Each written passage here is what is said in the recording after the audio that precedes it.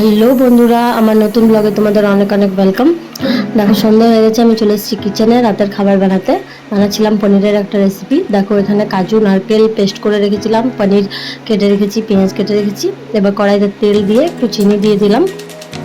তারপর আমি পনিরগুলো হালকা করে ভেজে নেব। পনিরটা একটু বেশি ছিল আমাদের দুজনের জন্য, কারণ তোজো রাতে তরকারি খায় না, দুধ রুটি খায়, আর মাও এই ঘরে ছিল না, গ্রামের বাড়িতে ছিল। তাই আমি দুবারে পনিরটাকে ভেজে নিলাম।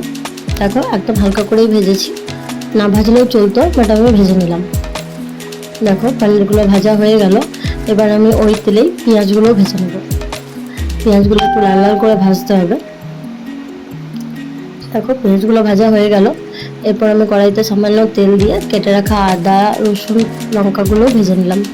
এটা হালকা ভাজলেও চলবে, হালকা করে জাস্ট ভেজে ওটা তুলে নিলাম। এবার ওগুলো বেটে নিলাম, একটা পেস্ট বানিয়ে নিলাম। দেখো বানানো হয়ে গেছে।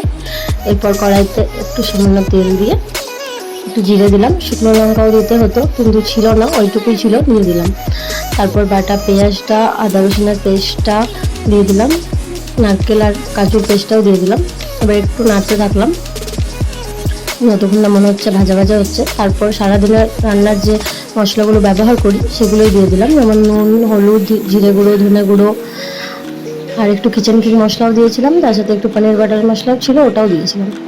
দেখো ভাজা হয়ে গেছে মোটামুটি। তারপর পরিমাণ মতো জল দিয়ে দিলাম। এরপর পনিরগুলোও দিয়ে দিলাম আর গ্যাসের ফ্লেমটা বাড়িয়ে দিলাম। একটু ফুটে গেল। দেখো কেমন হয়েছে রান্নাটা অবশ্যই জানিও।